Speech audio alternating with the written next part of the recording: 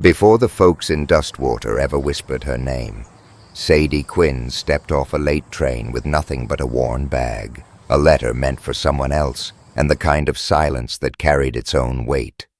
She wasn't looking for love or land or even belonging, just a place where breathing didn't feel like bracing for the next blow. Bo Callahan, the rancher waiting for her, had a reputation for keeping his distance, and a black stallion named Ashfire that no man could ride. What began as a chance meeting on a sun-baked platform would become something neither of them expected, a slow, wordless reckoning between a woman who refused to run anymore, a man who'd forgotten how to trust, and a creature too proud to be broken. In a world where most things were tamed by force, they would learn the rare power of staying. The train arrived late, hissing and heavy with heat. The whistle echoed across the flats like a warning no one listened to. Townsfolk barely turned their heads when the last car opened, and a woman stepped off, small bag in one hand, a letter pressed tight against her chest. Her boots were worn, her dress plain and her face unreadable. She didn't carry flowers or lace-trimmed hope, just silence and the way she moved, like someone who'd learned not to ask for space, only to claim it when no one else would. Her name was Sadie Quinn, though no one in Dustwater had heard of her. What mattered more, and what no one yet knew, was that she'd come in place of someone else, someone who hadn't survived long enough to answer the letter in her trunk. Sadie didn't pretend to be anyone special. She only knew this: if she stayed where she was, she'd disappear. And if she came here, at least the world might look different when she woke up. Waiting at the edge of the station platform was Bo Callahan, a man whose name carried weight in this stretch of land. Owner of a ranch that sprawled out for miles and keeper of a stallion nobody dared touch.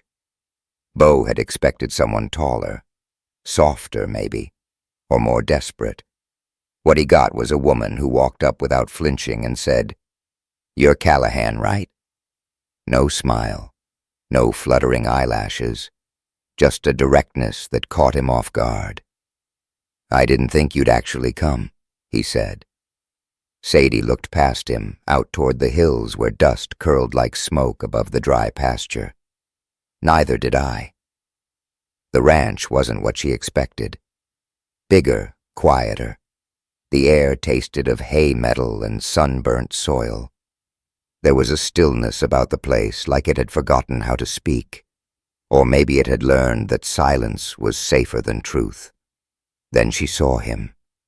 In the far corral, a black stallion stood like a statue carved from fury, every muscle wired, every breath a dare. His name was Ashfire, and they said he'd broken more men than the war. Bo had warned her in the letter.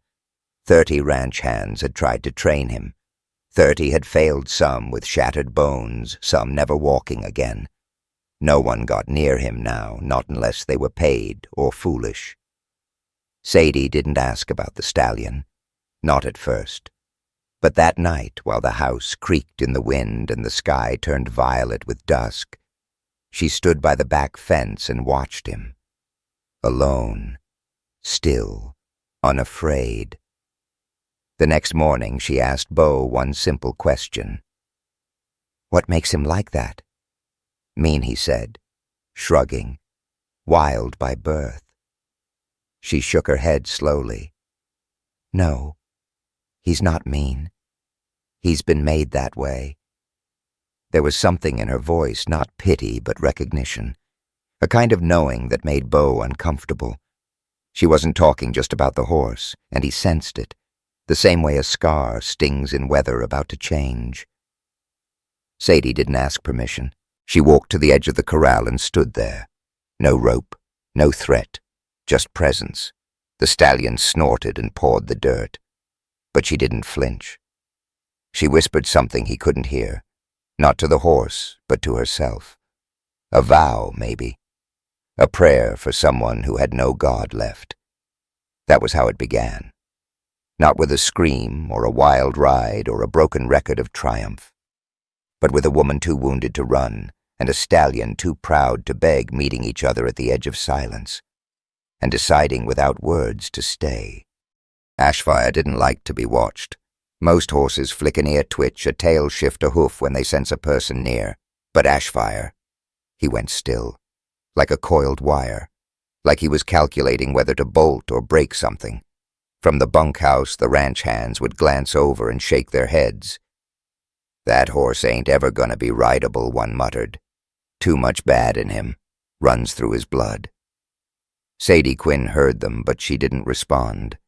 She wasn't interested in convincing anyone. Not the men with their thick leather gloves and heavy ropes. Not the cook who kept asking when she'd take up her place in the kitchen. And not even Bo Callahan, who hadn't told her what he expected, but whose sideways glances spoke volumes.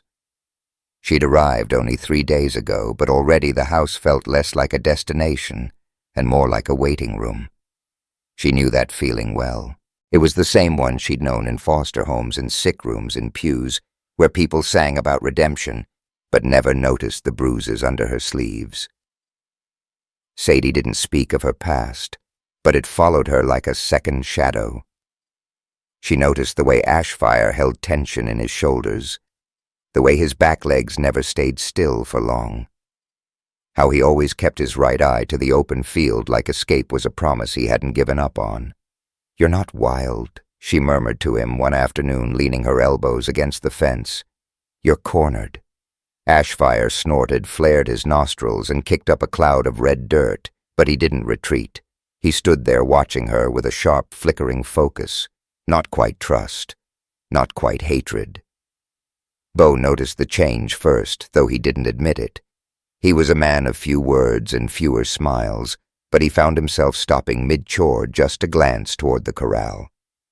There she was, day after day, standing like a post in the ground, sometimes still as stone, sometimes humming, never reaching, never chasing, never asking anything of the horse. At first he figured it was stubbornness, pride maybe. Some women come west thinking they'll impress a man with how tough they are. But Sadie wasn't tough, not in the way folks used the word. She was something harder to name. She didn't force herself to be strong. She simply refused to leave.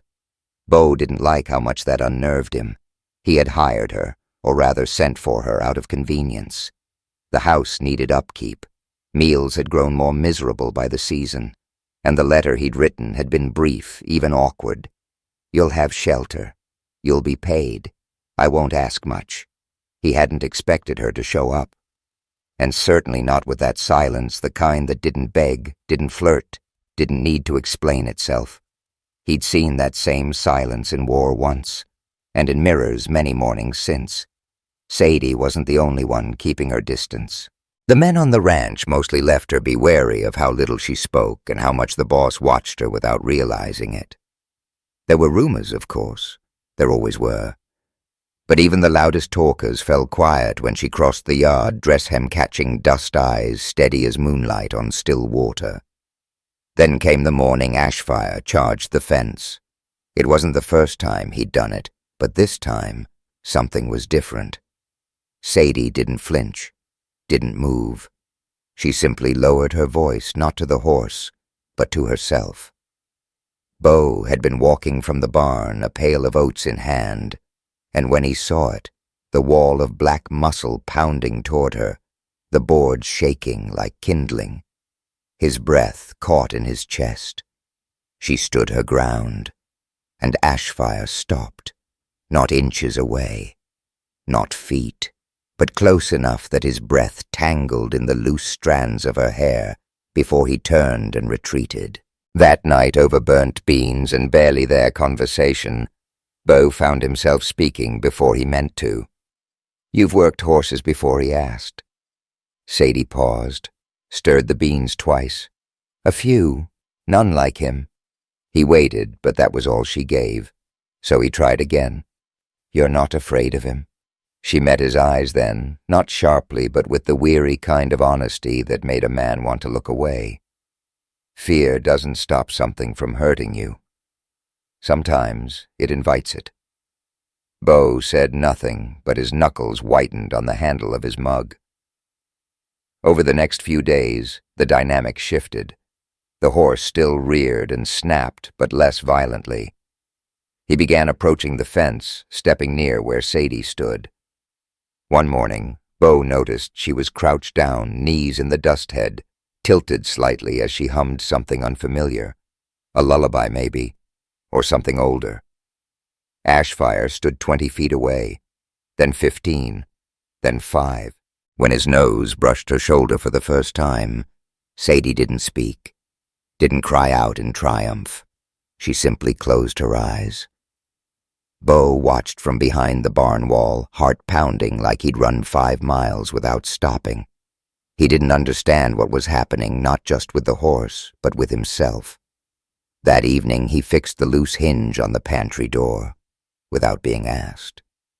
He set out 2 cups of coffee instead of 1, and when she noticed just a glance, a half smile, something small and long dead stirred in his chest.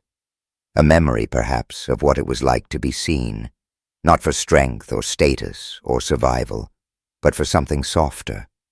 Sadie was doing something no man had done with Ashfire. But Bo was beginning to realize she wasn't trying to train the stallion.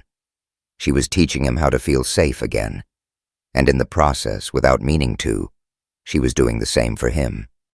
They never talked about it, but something shifted the day Ashfire pressed his nose to Sadie Quinn's shoulder. It wasn't just about the horse anymore. It never had been, not really.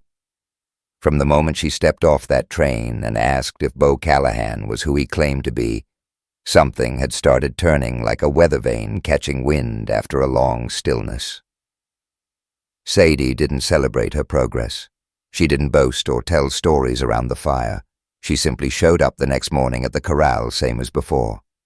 No rope, no saddle, just her hands loosely clasped, her body still and grounded. And Ashfire came closer. Bo watched, though he told himself he wasn't. From the barn, from the loft window, from the porch where he sipped coffee he barely tasted. What he noticed wasn't just the horse, it was Sadie herself. The way she hummed as she brushed dirt off fence posts. The soft way she spoke to the chickens when she thought no one was listening.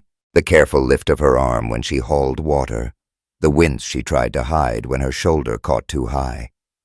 Little things that didn't belong to a woman untouched by hardship. Bo started fixing things. Not because she asked, she never did, but because her silence made him want to. The loose shutter that banged in the night. The creaky step on the porch. The squeaky pump that had whined for months without complaint. She never thanked him with words, just a look, a pause of the hand, a nod of quiet acknowledgement that meant more than any compliment he'd ever been given. One morning he cleared the trail to the barn before dawn, shoveling out the deep ruts where rain had turned the path to clay. Sadie noticed. She said nothing. But that night she left a folded cloth on the kitchen table stitched by hand, patterned with vines and stars. His name sewn into the corner in dark thread. It was the kind of gesture no one else would have noticed. But Bo noticed everything now. They weren't a couple. Not yet. Not really. But there was a rhythm forming between them, an unspoken language made up of small deeds and long glances. She cooked extra beans even when he said he wasn't hungry. He brought back wildflowers and left them on the windowsill without a word. They never touched, but some evenings the space between their chairs by the fire felt warmer than any embrace he'd ever known. Ashfire changed too. He no longer paced like a prisoner.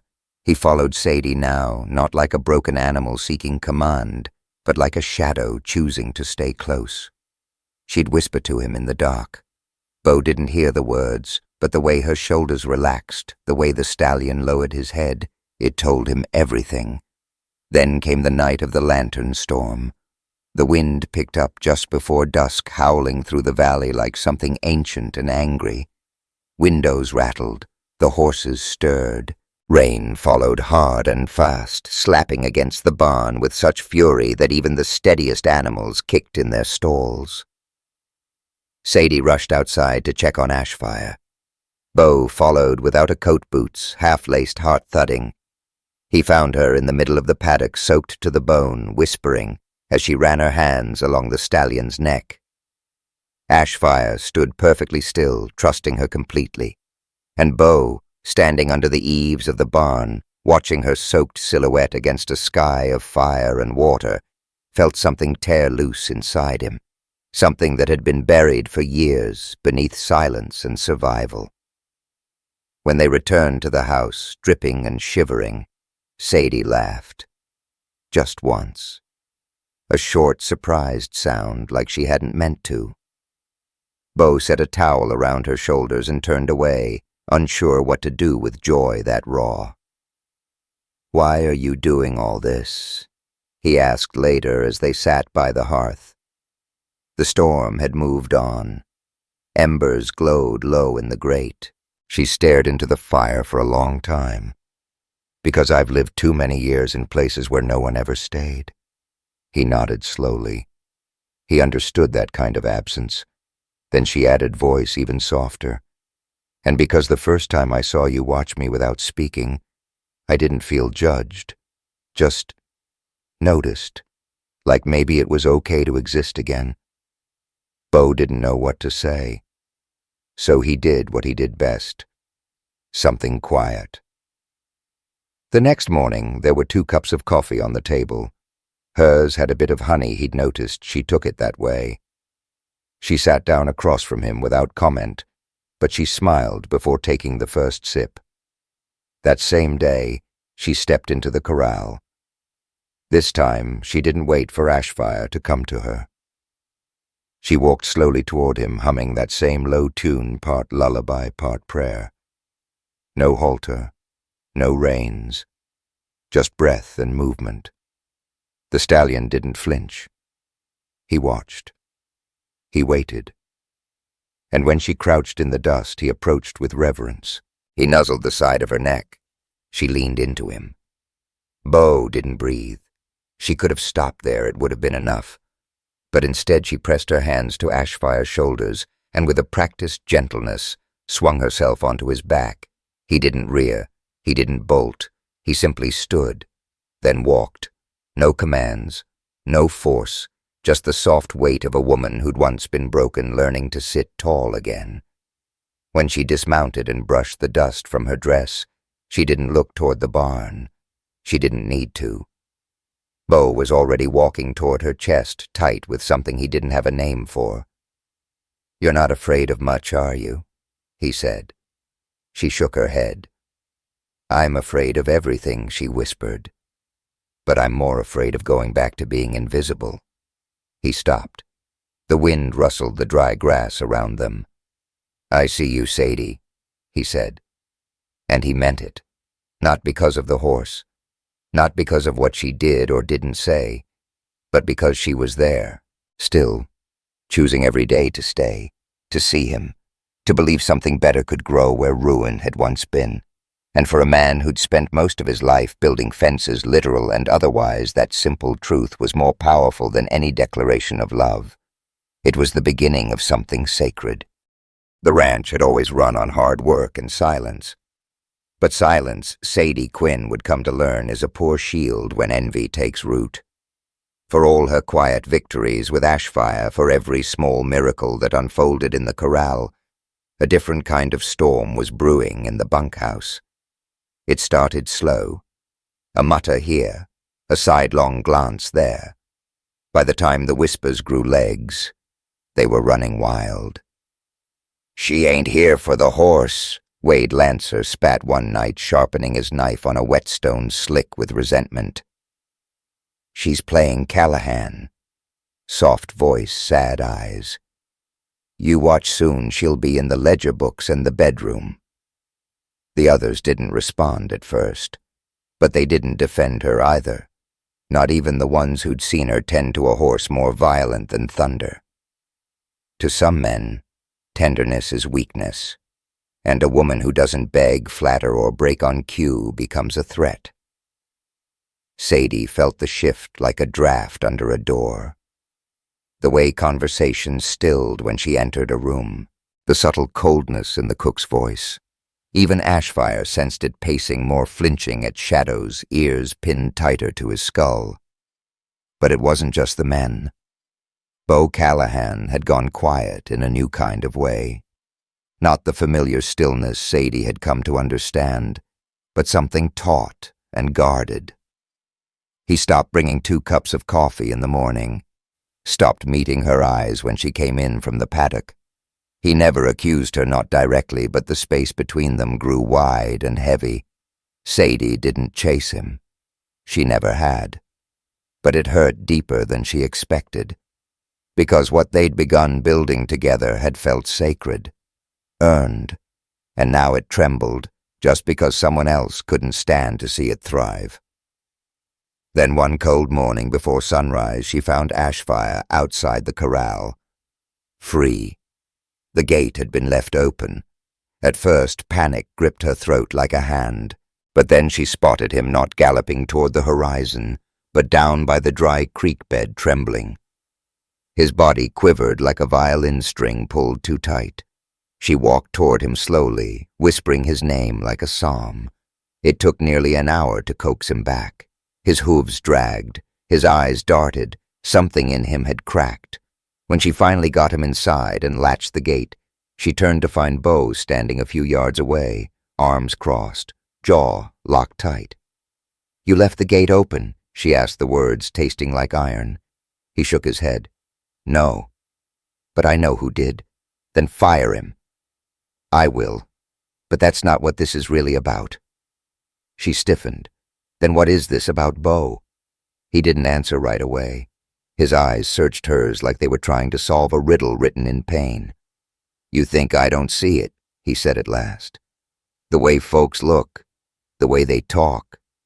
You've charmed that horse, Sadie. And maybe you've charmed me too. I just don't know what's real anymore."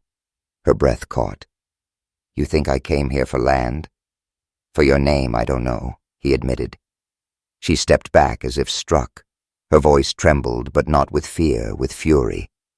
"I came here with nothing, Bo. Nothing but scars nobody could see and a name that wasn't even mine to carry. I wasn't looking for a man. I was looking for a place that didn't hurt to exist in." Ashfire snorted behind her, agitated, sensing her anger. She turned slightly, lowering her hand in instinct, soothing him even in the middle of her own pain. "That horse lets me touch him," she said, voice steady now, "because I don't try to control him. I don't demand. I listen. He trusts me because I show up and stay even when he's wild, even when he's scared. And if you can't see that I've done the same for you, then maybe you're not the man I thought you were." Bo's face twisted, not in rage, but regret. He opened his mouth, then closed it again. Sadie didn't wait. She turned and walked away. That night the ranch was quieter than usual. The wind seemed hesitant, the chickens subdued. Ashfire didn't pace. He stood still in his corral, eyes locked on the house as if sensing something missing. Inside, Bo sat alone, staring at a cold mug of coffee he hadn't touched. He hadn't meant to doubt her, not truly. But suspicion, he'd learned, is like rot in a fence post, starts deep, spreads fast. And it shamed him. Because the truth was, he'd felt safer since Sadie arrived, not just on the ranch, in himself. By noon the next day, Wade Lancer was gone. Bo didn't hold a hearing, didn't offer a second chance. He packed the man's things in silence and pointed toward the road. Still, the damage lingered like smoke after a prairie fire. Word had spread that a woman had broken the horse no man could touch, that Callahan's new housekeeper was some kind of whisperer. Folks came from town, some to gawk, some to sneer, others out of simple disbelief. Sadie didn't acknowledge them. She just kept working, feeding the hens, cleaning tack, standing beside Ashfire in the early light like she always had. But she no longer hummed. Bo saw it, heard it in the silence she left behind. She'd built something sacred with that horse and with him too, but now it all felt cheapened, doubted, reduced to a rumor in a place that couldn't hold grace without questioning it. He found her later that evening sitting by the creek under the sycamore tree where she once cried. Ashfire stood beside her, massive and still like a sentinel carved from shadow. She didn't look up when Bo approached. "I was wrong," he said, voice rough. Still she didn't move. I let someone else's bitterness twist what I knew was real. And I'm sorry. She looked up then. Her eyes were tired but not empty. I didn't need you to believe in me when things were easy, she said quietly. I needed you to stand by me when they weren't.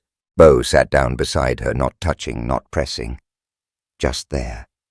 The wind rustled the sycamore leaves and Ashfire lowered his head between them, soft breath huffing in the dusk. I see it now, Bo whispered. All of it. And I'll fight to keep it, if you'll let me. Sadie didn't answer with words, but she didn't walk away. The days that followed Wade Lancer's firing brought a strange stillness to the ranch. Not peace, not yet, but something like a pause before the dust settles. Sadie returned to her routine, feeding the hens, brushing Ashfire's coat, moving quietly through the house like she belonged to it, but never demanded it. The humming returned soft and hesitant, like a scar, learning to breathe again. But Bo Callahan noticed how she no longer stood still at the corral for hours. She moved. She worked. She avoided lingering. She was still hurting, but not broken. Bo, for his part, tried to bridge the silence between them. He brought her coffee again in the mornings. He repaired the back gate without being asked. And when he caught her gaze, he didn't look away. He let her see the weight he carried, not guilt for doubting her, but shame for making her carry it alone. Sadie accepted the gestures, but her guard was back up, not made of anger, but of survival. She had learned too many times that trust once cracked took more than words to mend. Then the fair came to Dustwater. A ragtag mix of traders, gamblers, and performers rolled into town with wagons covered in faded banners and promises too bright for the desert. They pitched tents on the outskirts, makeshift arenas, stalls of glinting knives and peppermint sticks, and strangers with silver tongues. Among them was a man named Silas Vane, lean as a whip, smiles slick as rain on a snake. He'd made a name for himself breaking horses and betting on people. When he heard about the woman who rode a stallion no man dared touch, he came to the ranch with a grin and a challenge. Word travels fast, he said to Bo, eyes glinting. Folks say she's got the devil's charm turned that demon horse into a kitten. Bo didn't smile. He's not a demon. He's a horse. And she didn't break him. She listened. Silas laughed. Even better. Let's give folks a show. I set up an arena in town. Let the girl ride him in front of a crowd. No saddle, no rope. 5 minutes on Ashfire and I'll pay enough to clear your North Pasture debts. Bo's jaw tightened. And if she doesn't, Silas didn't blink. She comes work for me. Travel the circuits. Teach my boys how to whisper. Before Bo could answer, Sadie stepped into the doorway of the barn. Her voice was calm. I'll do it. Bo spun. You don't owe him anything. I'm not doing it for him, she said, her gaze steady. I'm doing it for me. Bo frowned. You don't need to prove anything. Her tone was quiet, but unshakable. It's not about proving. It's about claiming. He didn't understand it then. Not fully. But he saw something in her eyes, not defiance, but reclamation. The kind of fire that comes not from pride, but from pain that refuses to be caged. The arena was packed by sundown. Word had spread like wildfire. Dustwater hadn't seen this many boots in years. Children climbed fences. Old ranchers placed bets with squinting eyes. And in the center of it all stood Ashfire, wild-eyed but waiting. The crowd expected a show. Maybe a fall. Maybe a miracle. Sadie gave them neither. She stepped into the ring in a plain linen dress boots, dusted hair tied back. No makeup, no spectacle, just stillness, the kind that made you lean in. She walked straight to Ashfire. He reared once at the noise, but she held up a hand, whispered low, and he settled. She pressed her forehead gently to his, as if to say, "Just you and me, old friend." Then she climbed on. The crowd quieted, like the sky before lightning. Ashfire jolted, unsure, not scared, just sensing the eyes, the tension. But Sadie didn't grip or shout. She moved with him, let her body sway in rhythm. 1 minute, then 2. The stallion's settled muscles flowing like water over stone. At minute 4, Sadie raised her hand slowly, and Ashfire bowed his head. 5 minutes passed in silence so full it felt sacred. Then the crowd erupted. Cheers, whistles, stunned disbelief. But Sadie didn't look at them. She slid off, gently walked Ashfire to the edge, and waited for Bo. Silas Vane approached first, clapping slow. "Hell of a ride," he said. "Still offering double if you ride with me." Bo stepped between them. "She's not for sale." But Sadie lifted a hand. "Let me speak, Bo." He quieted. She turned to Silas. "You thought this was about the horse. It never was. It was about me remembering that I still get to choose." Then she turned to Bo, voice soft but clear. "I didn't come here to be yours. I came because I needed a place to stop running. But if you want me to stay, not because I want to bet, but because we built something real, then say it." The crowd blurred. The sun dropped lower behind the arena walls, and Bo Callahan, not a man known for speeches, finally stepped forward. "I want you to stay, Sadie Quinn. Not for the ranch, not for the horse. For me." Tears welled in her eyes but didn't fall. Instead, she smiled, the kind that says, "I finally believe you." But just then a shriek tore through the crowd. Ashfire whirled. A rattlesnake had slithered near the fence. In the commotion, the gate had come unlatched. Ashfire reared and bolted, not in panic, but in raw instinct. He charged straight toward Silas. The showman froze. Sadie ran. "Ashfire," she shouted, voice sharp as flint. The stallion stopped inches from Silas' hooves, trembling. Sadie stepped between them, hands raised. "Easy now. I'm here." Ashfire snorted, body quaking. But he listened. And when he lowered his head, the crowd didn't cheer this time. They understood. This wasn't about a stunt. It was about a bond built without force, without fear. Later that night, under the sycamore tree, Bo found Sadie brushing dust from Ashfire's coat. "You were right," he said softly. "Some things don't need taming. They need someone to stay even when they're scared." She smiled without turning. "Then stay," she whispered. He did. The wind shifted over Dustwater, like something had exhaled, not in surrender, but in peace. The crowds were gone. The dust settled, and the ranch, once bound in silence and suspicion, had begun to breathe again. Sadie Quinn stood at the window of the main house, watching as Ashfire grazed near the fence line, no longer the wild, cursed thing folks once feared. Now he was still mighty, but calm, present, whole. And beside him walked Bo Callahan, sleeves rolled rail in hand, not building fences, but taking them down. They were both changing.